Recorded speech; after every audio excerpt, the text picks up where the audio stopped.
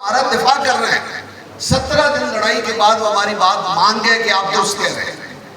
جب انہوں نے کہا آپ درست کہہ رہے ہیں تو ہم نے کہا پھر پہلے دن مان جاتے تو یہ 17 دن نقصان نہ ہوتا.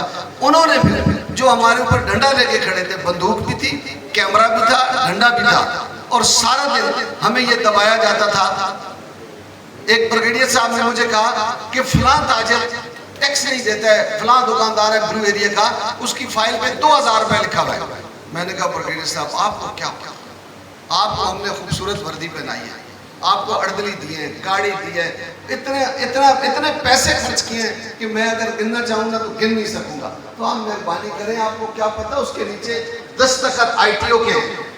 اس آئی ٹی او نے کہا ہے کہ اگر تیرے اوپر لاکھ روپے ٹیکس بنتا ہے نا تو 2000 جمع کرا دے، 50000 مجھے دے دے. اگر وہ کہتا ہے میں پاکستان سے مخلص ہوں، میں پورا لاکھ روپے جمع کرانا چاہتا ہوں، تو پھر اس کو کہا جاتا ہے نہیں، ایک نہیں بنتا 4 بنتا ہے. تو وہ مجبور ہو کے 2000 جمع کراتا ہے اور 50000 اس کی جیب میں ڈالتا ہے. تو اس نے کہا او ہو، مجھے آج سمجھ آئی. تو بھائی جس کا کام ہے اسی کو سانجھے. آخر کار پھر ہمیں سیلف اسیسمنٹ سکیم دی. ہم ان سے کہتے ہیں کہ یہ جو چور ہیں ایف بی آر کے، ان سے ہماری جان چھڑا دیں تو آپ کو زیادہ ٹیکس آئے گا. یہی بات اس وقت بھی کی ہم نے. شوکت عزیز نے یہ بات تسلیم کی.